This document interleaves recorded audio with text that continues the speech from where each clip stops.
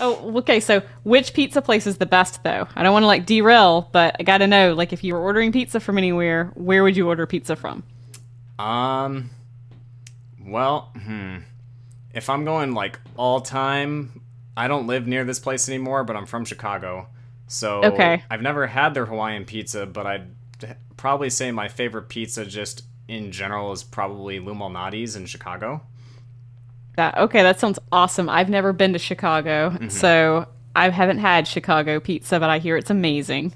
Oh yeah, it is. That'd be like my fancy, well researched answer. If I was just going for like a normal answer, like it's a Friday night and I'm just trying to order or go somewhere for pizza, I usually get the Hawaiian pizza from Pizza Hut. Is usually my Yes, place. Pizza Hut is the best. That was Yeah. what I was looking for. All Pizza right. Hut is the best. Cool. Well, we're on the same page then. That's awesome. I'm glad. I Yeah, finally we got- could eat pizza together. I'm just saying. I know. Yeah, for real. And hello, everyone. Welcome to the Tournament of Power Abridged interviews. I'm Robotics today. I'm here with Anime-Eyed Girl. She was the voice of Caulifla. She was the voice of Kefla, along with Crystal Avenger. And I think you also voiced Rosie. I think those were your main roles, right? I think so. Yeah. Yeah, so she's joining us here today for the interview. How you doing today? I'm good. Thanks. How are you? I'm doing great. I've really enjoyed hearing everyone's perspective on their journey, where they were before they started, and the journey as a voice actor going through the project, and just their thoughts, and just also learning, getting to know the people behind the mic better just as people. So I'm excited to keep doing these. I'm glad we got to get together to do it. Same. Thank you for inviting me. I'm really excited. Of course. So, I don't know if you've been watching any of the other interviews, see if we can catch you off guard. Have you seen any of the other ones? I have. I actually watched the one with Alex. I don't think I got through the whole thing, but I did get to watch a little bit of it. Okay. Well then, you already know what's coming with the first question. I've been asking it for everyone, which is pineapple on pizza. What do you think? What are your thoughts? Yes or no? Ooh. Yes, I love pineapple on pizza. Finally.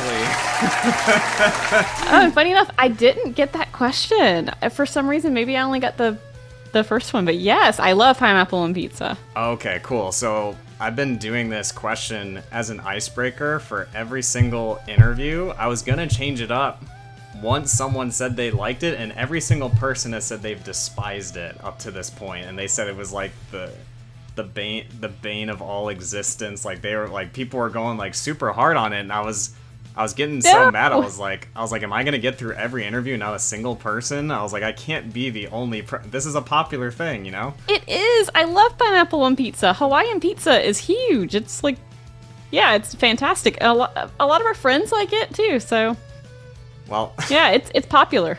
yeah, I know. Well, I'm glad to hear that. Now my soul can rest easy knowing that finally someone answered the question yes, and I can maybe think of a different icebreaker to mix it up. But I wanted to, but I was like, I am not stopping until someone says that they like it. Well, I'm so glad that I was able to do that. I love it. I think it's awesome. Sweet and savory, I know, exactly. I'm sure there's been a debate in the comments on Vicky's interview, so I'm sure he'll have some words in the comments for this video if he watches it, but we'll get there when we get there. What were you up to, and what were you thinking as you came across the Tournament of Power Bridge casting call and Casting Call Club? What was going on during that time? I was new to the voice acting world, and I think new to Casting Call Club, and I saw it, and I am a huge Dragon Ball fan, and it looked like such a fun project. I was really excited. I think I auditioned for Android 18 and Caulifla. Okay. But Caulifla, I think, was the one I wanted the most. Oh, well, that's So good. I was really excited. That's awesome. Let's see. So, in terms of other characters that you would have wanted to play, because that was one question I've been asking a couple of people, if you could have recorded or cast to be another character in the series, both major or minor, would 18 have... Was there anyone outside of 18 as well that you would have wanted to play?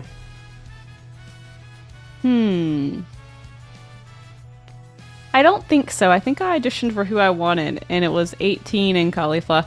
I mean, Kel's really cool too, but honestly, I could not imagine anyone being her than Crystal. Crystal was incredible. Crystal's very good. I would have never ever wanted to go up against her. I thought she was awesome. Totally had a girl crush on her voice. I thought she did incredible. She did amazing. Yeah, no, I think everyone fell in love with her voice when she first debuted for Kale, and she I think she's next on the interviews just because you two are now just kind of linked together. Yeah, honestly, working with her, like being able to work alongside her was awesome. That was definitely one of the highlights, was getting to record even like after her and stuff. Loved being able to follow along and everything. It was just awesome. Loved her reads. Yeah, for sure. And actually, I think I forgot to write that down on my interview questions, but that's kind of reminding me, so I guess I'll just ask it. I think one of the things people liked the most about your character and her character was, of course, the fusion for Caulifla. So would you mind explaining, because a lot of people probably didn't know how that worked. Of course, there was audio editing on my end, but can you explain the process that you were going through as you were recording for the fusion for Caulifla? Sure. So a lot of the times it depends on who records first, but I think a lot of the times Crystal did record first, which was way easier for me. Mm-hmm. So when she would record, basically I would be in the booth and my husband, who was working the audio and everything out here, would send to me her recordings, and then I would just kind of dub alongside it. So I would listen to her, and then I would try to match her pitch or her cadence and everything to try to get it as similar as possible, and then we would try to line it up and make sure that it would sound okay together, and everything, and make sure that it was a timing game. That was kind of the most of it. But really cool and really exciting.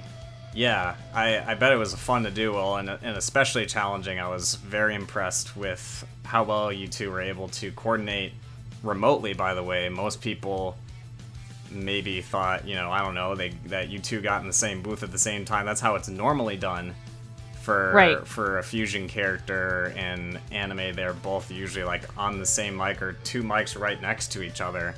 But this was not the case. I don't know where Crystal's at, but you guys definitely don't live anywhere near each other. We don't have a studio or anything. They did not get together to do it, so they had to do it remotely and figure it out. So that just speaks to how awesome of a job you guys did. You made my job much easier putting them together, especially I remember in that last redo take that you did, where you dubbed it over. I think you guys had really mastered the dubbing over and singing it perfectly, because I remember those being absolutely perfect. Oh, awesome. Glad to hear that. Yeah, I really only had to, zoom in really far and take out tiny bits of little spaces here and there just to match them up, or when one person pronounces a syllable, a full half second longer than the other, that can, throw off the timing. But of course, no one's going to be hearing that exactly, but they were, they were synced pretty well. That's awesome. That's what you want to hear. Exactly. So yeah, you guys did a great job, and it turned out great. And I think that's definitely that's one of my happier achievements for you guys and for me, was the fusion Caulifla voice. That's something I look fondly back on. It was really fun syncing your guys' voice together and just hearing the final product, because you guys both did such a good job. So thank you so much. Of course. I mean, it was a pleasure. We loved. I mean, I don't want to speak for her, but I enjoyed seeing that. I thought it was awesome. For Tournament of Power Bridge specifically, who would you say was your favorite character besides any characters that you played? I loved Goku. Yeah, Trick. I thought it's Trick, right? Yeah. I thought, yeah, he did amazing. Thoroughly enjoyed that. I really did love Whis. Oh, thank you. You're welcome. Anytime he had one of his lines, I thought it was really funny. I would laugh out loud. Let's see. Kel was definitely a favorite. Honestly, it was probably top. Let's see. Oh, speaking of Top, Top was also hilarious. I was gonna say, I was like, wait, when you said Top, I was like, did you mean Top the character, or that Kale was your I meant number Kel one was pick? my top, but no, Top was really good too, and so was Frieza. I don't remember who was playing Frieza, but Frieza was fantastic. Yeah, that was played by Ben Insanity. I think Okay. was his YouTube Yes, handle. fantastic. Loved it. Oh yeah, those were all terrific actors. So honestly, it's really hard to narrow it down to one favorite. If it has to be, like if I have to pick one, I'm gonna pick Kel. But I think second I'll pick Goku, and then third Frieza. Yeah, definitely. And fourth Whis, because like, yeah, I really, really love Whis. So yeah, it was, like I said, really hard to narrow it down. But yeah. Yeah, hopefully we can get you guys, if you guys have time, into the Zamasu arc. I feel like I can definitely picture one or both of you being able to play Bulma. Oh, that'd be fun. Bulma's so good. Yeah, I'm not sure if, I don't know if Crystal has a Bulma or not, but I definitely pictured one of you two possibly playing that character if you guys end up auditioning for that. But that would be awesome. I think there's some other female roles as well, but Bulma's the big one in that Yeah, one, so that makes sense. that'll be coming out, so it'll be interesting to see where that goes. What was your favorite episode watching in the series as it released? What did you like watching? I don't remember which ones had which. I really liked the interaction with I think, was it Caulifla or just Caulifla? I think it was just Caulifla with Kaba. I like really liked that, like those interactions. They were very aggressive and very fun. Yeah. I also enjoyed when we were fighting Goku. Okay. Like I loved all of those interactions. Specifically, I think after we had merged Okay. and fused together. Okay. But I just don't remember which episode that was. I feel like it was 4. So yeah. Like episode 4. Yeah, technically, episode 4 is when all the fusion fight happened. Technically, you guys fused and had one line as a fusion at the tail end of episode 3. Okay. So you and Kale had a bunch of lines interacting with each other and fighting Goku separately in episode 3, and then the entirety of the Caulifla fight pretty much took place in episode 4. It started and ended in episode 4. In terms of the Kaba interactions, I'm trying to think, because They were way further down the line, but I don't remember. Because honestly, I didn't get to interact a lot. But I enjoyed those interactions. Yeah, the one that comes to mind is because I remember, because Reverb is the voice actor for Kaba. I just remember, me and him were laughing our asses off when, probably where you're thinking the aggressive part where you both diffused and hit the stands, and he called you guys like babes and asked if you're alright, and then Caulifla was just like, shut the fuck up, Kaba. My favorite part, yes. Yeah, we were laughing really hard, like, recording it, too. I was like, it's so cathartic. I love it. Yeah, like, you know what? I mean, he definitely had some of his comeuppance paid anyways when he tried sliding in to save you guys, then he immediately gets bopped That's in right. the face. We by don't do Mona. white knighting over here. Yeah, for Get out of here, Kaba. It was funny. I really enjoyed it. One thing I definitely wanted to focus on for you guys, because this isn't I like to focus on something that's unique, at least one question that's unique to the person I'm interviewing, is of course that you and your husband, Black V-Neck, are bridgers yourselves. So I definitely wanted to give you guys give you a chance to talk about how all that started. So just to give context for people at home before I let her give her whole story, they have a channel called AEG Studios, correct? Correct. So, and we'll put that all in the description at the end when we have social media plugs. But they do primarily the Avatar: The Last Airbender abridged series, which is great. It's got lots of views, very funny. And then my personal favorite is the Dr. Stone abridged. I like that one a lot. Those are the two main ones you're doing, right? Right. Those are the only ones we've done so far. Okay. So can you explain how you just how you and your husband got into just the idea for doing it, and how you decided to go about it, and just the whole process for it? I've always been curious. Sure. So we both liked Avatar: The Last Airbender. He's way more familiar with it. I've only seen it once all the way through, but we both really loved it. It was great. And when we were deciding to get into abridging, because we enjoyed watching a bridge series. So one of the first ones I ever watched was the Death Note abridged. I think it was by Charleston. And I thought it was hilarious. Okay. And so, yeah, there's only like 4 or 5 episodes, I think, but it was very funny. Cool. And we were both like, we should get into abridging. So when we were looking as to what we wanted to abridge, we were trying to avoid a lot of competition. So there's a lot of series that have a bridge series. So when we looked for Avatar, which is ridiculously popular, there were not any abridged. There was like very little. So we were like, we're going to take this on. And we were trying to figure out how we wanted it to be. And we were like, we're just going to loot it. It's going to be very adult themed and over the top and ridiculous. Yeah. And we had no voice acting experience, which you can completely tell in episode 1 because it's not good. Well, every first episode of a bridge series is usually below average of what you end up being capable of, which 100%. Which yes, that people, pilot episode, it's always rough. I know, which I wish some people would realize too with mine. I think that's the plight of abridgers is trying to get them to be like, no, come back, it gets better. I swear, like better. Give us yes, more than one episode, please. Right, we say the same thing. We're like, it's better, I promise.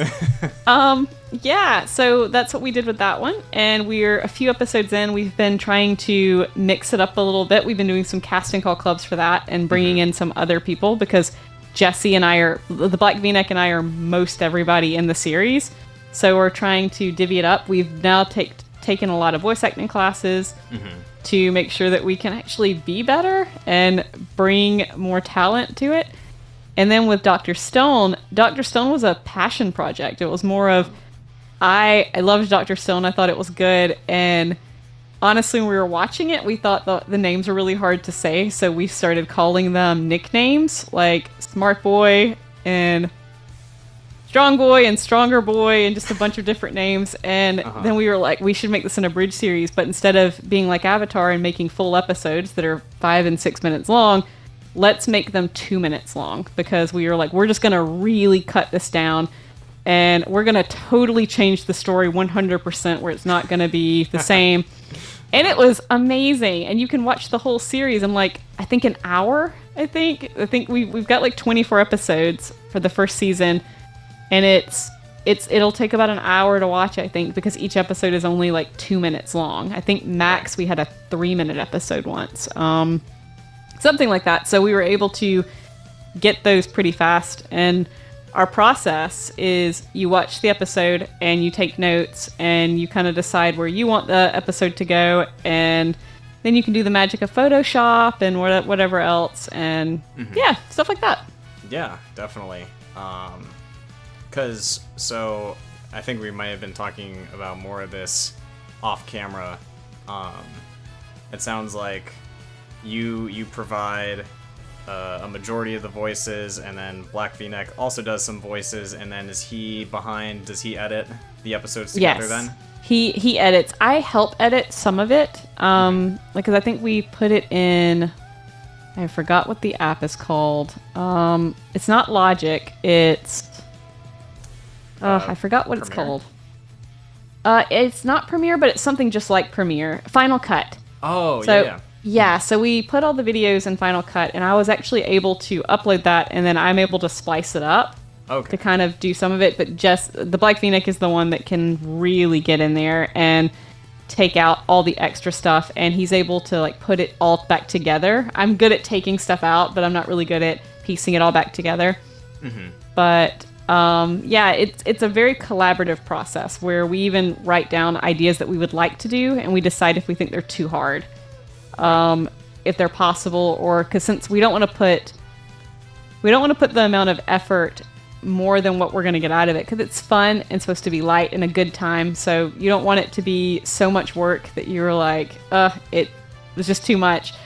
But you want the gags to be attainable, and we also like a lot of repeat gags, so we like to be able to make sure we can throw it back in there. Yeah, But that's what I've.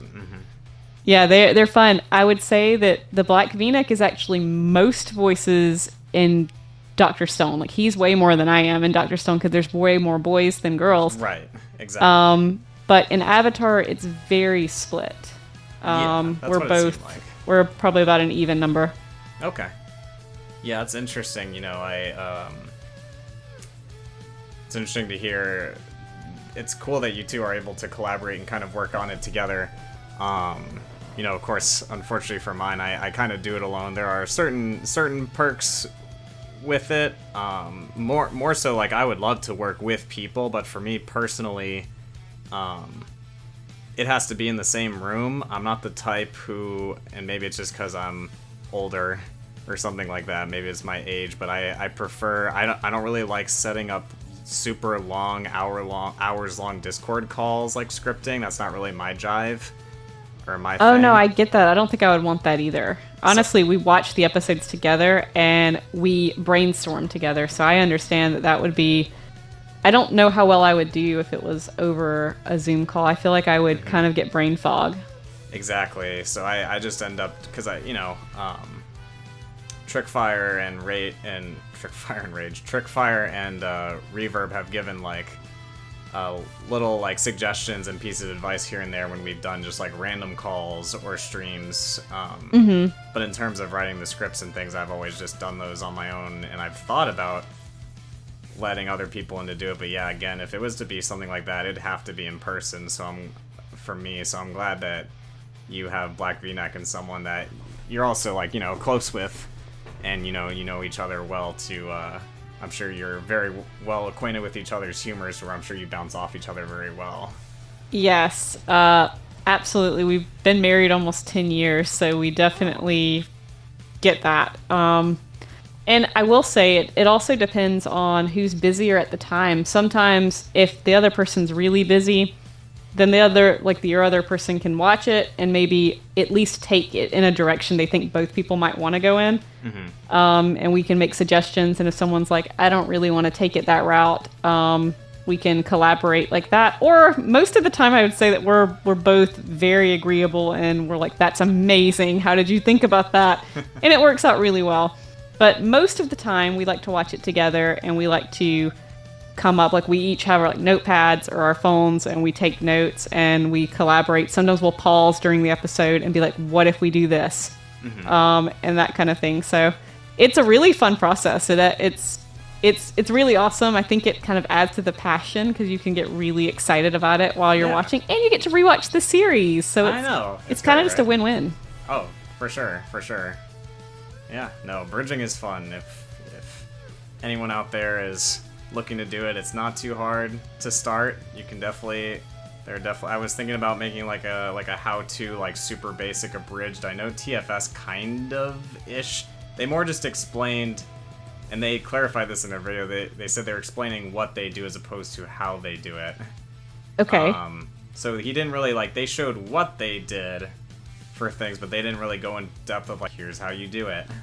And I was thinking about making, like, a tutorial, like, a very, not, like, super in-depth, but, like, here are some tricks I do, like, lip syncing, like, quick, easy tricks to do, like, quick lip syncing, like, the basics and things like that, or at least the way that I do it.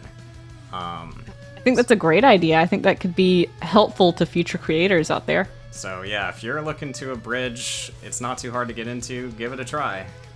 Very good community, people are very friendly, they give good constructive criticism, and it's a blast. It is. Abridging is a lot of fun, and I think the best thing about it is there's no pressure. It's like, it's just fun, have a good time. And yeah, do something that makes you happy, that makes you laugh, and maybe others will also find it funny and want to do it. Yeah, people, I feel like, make it too much, you know, if you're able to make money off it, like, cool, well, you can't directly, of course. But, you know, if you're able to, you know, get enough, you know, views and everything on your channel to make money or be successful, that's great, but that's not, that shouldn't be your goal. Your goal should be to do something that you're just passionate about and having fun with, and if it turns into that, great. But if not, then, you know, still should be proud of whatever you put out, as long as you're happy with it, then that's what matters. 100%. Just because I haven't kept up. I need to go back and watch. I think I'm definitely behind on a couple of your videos on your channel. Any goals? That's no worries. Any goals for your channel or AEG Studios coming up with it by like the end of the year? What do you, not of course avoiding spoilers, but just general goals of what you're looking to do? General goals is just to continue to push the projects forward. I think we're focusing more on Avatar right now because it is our more popular one. And even when we take polls and everything, it seems like people enjoy both, but it seems like Avatar is the one that has the larger fan base. Mm-hmm. So I think if I had to say what goals are, we actually haven't discussed goals for the year because it's just been insanely busy. Mm-hmm. Yeah, but I getcha. Right. But I would say just to push things forward and try to get at least 1 to 2 more episodes of Avatar out. And hopefully be able to continue season 2 for Dr. Stone as well, because I know season 3 will be out like next year or something. Yeah, I think it's like might be coming out around the same time as the final part of Attack on Titan. I know. The final part 2, part 3 of part 2 Electric Boogaloo. I was so mad. I feel very lied to, and I'm just like, man, forget this. I'm reading the manga. Oh, you ended up reading the manga? You caved? I have. I'm not very far in it, but I'm just so fed up. It's like they keep being like, it's the final, and like at this point, I feel like even next time won't be the final. They'll have a movie. Like they'll just. I don't know if they're ever gonna finish it. It's just ridiculous. I mean, I'm all for, a lot of anime studios are definitely being pushed to their limits, so I'm definitely all about taking your time to make a finished product, but, also at the same time... Yeah, of course, but, at the same time, as a fan, you still have the right to be frustrated when they title it The Final Season, Part 2, still not done, Right. All I ask is you just be honest with me. Tell me that I've got 50 more episodes of Attack on Titan, and you know what?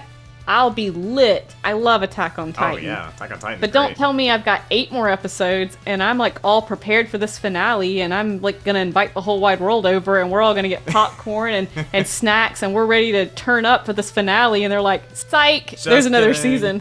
Yeah, I just know. Yeah, no, I agree. Hopefully the last part will be the final part. Yes, and hopefully since they've decided to take all this time on it, it's gonna be amazing. Yeah, I hope so too. So far, it was good. It delivered. I was very happy with the episodes, but oh yeah, me too. I also felt like it was I was concerned. I'm glad that there's more episodes because I was like, there's a lot of things that they haven't tied up. I was like, I don't know what's going on. I feel like they're trying to push this forward, and then they were just like, because we got another season. I was like, by the time we reached the final episode of part 2, I was like, there's no way there's definitely a part 3. I was like, there's no way they're getting through all this. Same, in this finale. Same, because I was like, they said a lot of people were gonna die, and so far, hardly no one has died. Yeah, no one too important, no. Right. So I was just like, something's amiss. Yeah, definitely. I know we've talked about your social medias, but do you want to give an official plug to all your social medias before we end? Sure, thank you. I appreciate it. Of course. You can follow me at Anime-Eyed Girl on Twitter. That's where I'm most active. And you can follow AEG Studio on YouTube if you want to check out the abridged content. Yeah, definitely. And I think you guys also have a Patreon as well, right? I think we do. And I think that's also AEG Studio. Okay. Sometimes I forget. And I think those links are usually at the end of the YouTube videos. I'm guessing, or somewhere on your channel. I believe so. I think you can get it from the end of the YouTube videos. Yeah, but some of them might be in front of it, but I think they're all at the end. Okay, awesome. Well, we'll definitely link the Twitter and the YouTube down in the description, and if you watch their abridged and you enjoy it, which you probably will because they're both very funny, then you can go support them by subscribing or going on Patreon if you feel so inclined. So, I think that just about does it. Thank you so much for taking time. I know it's been a busy year for a lot of us, and for you guys, it seems like thank you for taking the time to do this interview. It was awesome. Thank you so much for inviting me. I had a really good time. Yeah, me too. And we will see you guys in the next interview. Bye, everyone. Definitely. Bye, Robotics. Bye.